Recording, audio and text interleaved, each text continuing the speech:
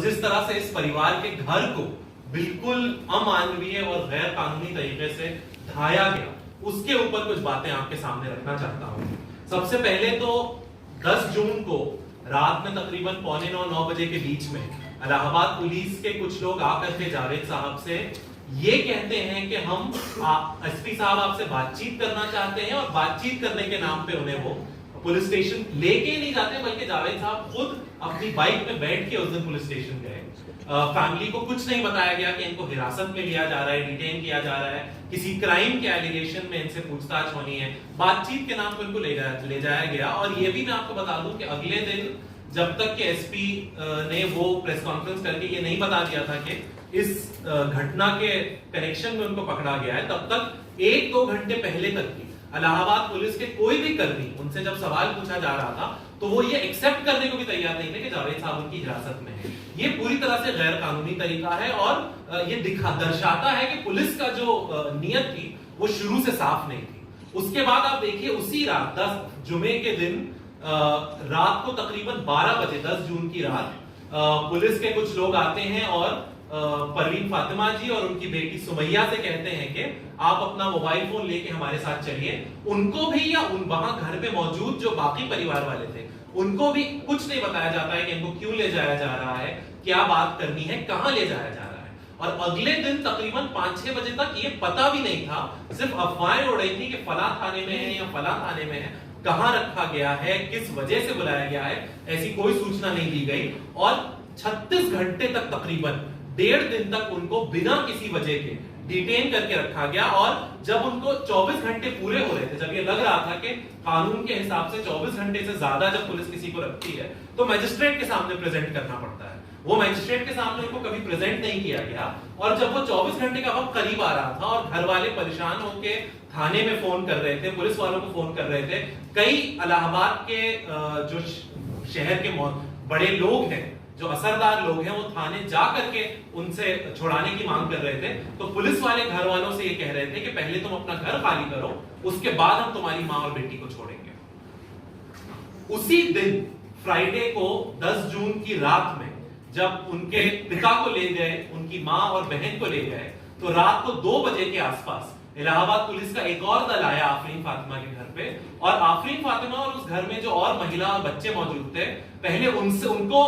अपने साथ ले जाने की बात की। जब उन्होंने प्रोटेस्ट किया कि नहीं, आप सनसेट के बाद बिना मैजिस्ट्रेट के ऑर्डर के किसी महिला को गिरफ्तार नहीं कर सकते हैं, हिरासत में नहीं ले सकते हैं, जब उन्होंने उनके सामने कानून की तर्क रखे, तब पुलिस वालों ने कहा तो कम से कम तो अपना घर खाली करो, हम इस पर सील लगाएंगे।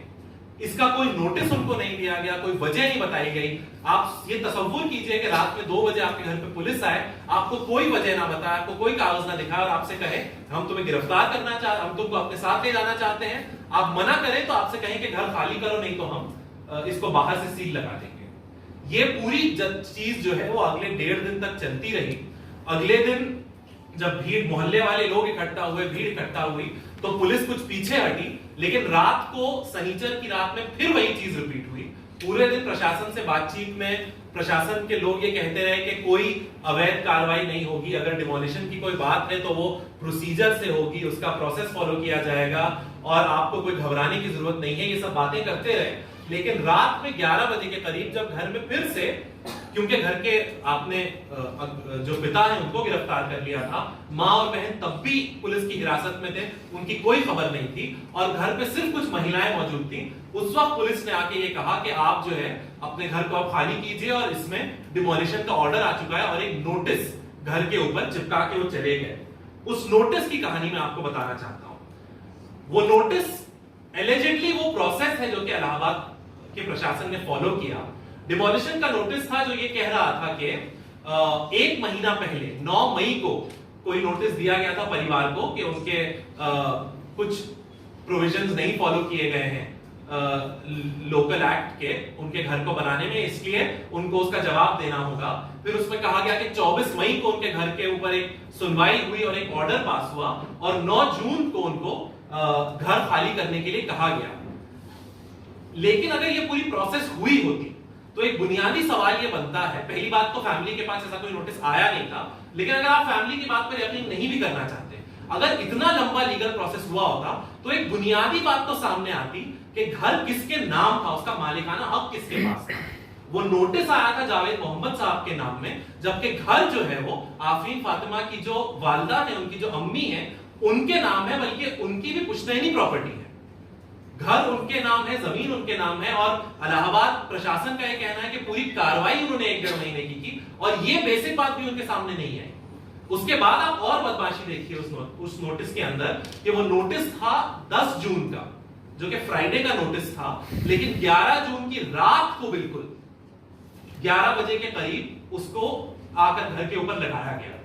इसकी वजह भी साफ है बैकडेटेड नोटिस लगाने की, क्योंकि अगर वो फ्राइडे की रात में ये नोटिस लगाते तो जाहिर सी बात है कि परिवार वाले कोर्ट जाते, नोटिस को चैलेंज करते, और जो उसके अंदर इलीगैलिटीज हैं, क्योंकि वो जो ऑर्डर की बात कर रहे हैं, जो प्रीवियस नोटिस की बात कर रहे हैं, उसका कोई एविडेंस, कोई कॉपी उन्होंने नहीं दिया है।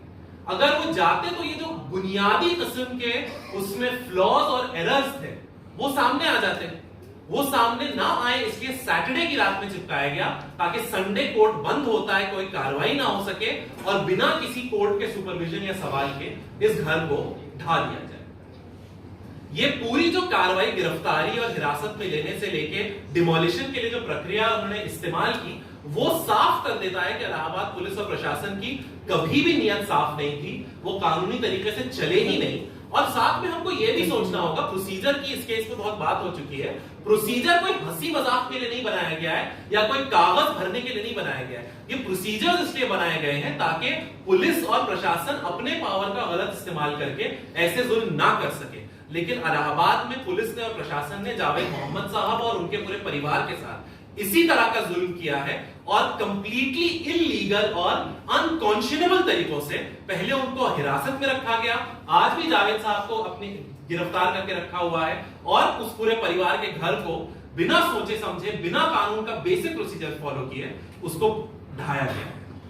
इसके अलावा हम कोई बात नहीं रखना चाहते, ये बेसिक फैक्ट्स हैं जो आपके सामने हैं, और हमें उम्मीद है कि आप लोग भी और मुल्क की जो जुडिशरी है जिसके सामने ये जाने वाला है, हम उम्मीद करते हैं कि वो लोग भी जिस तरह कानून का खिलवाड़ किया गया है और उसका मजाक बनाया गया है, उसके ऊपर कोई सख्त रवैया अख्तियार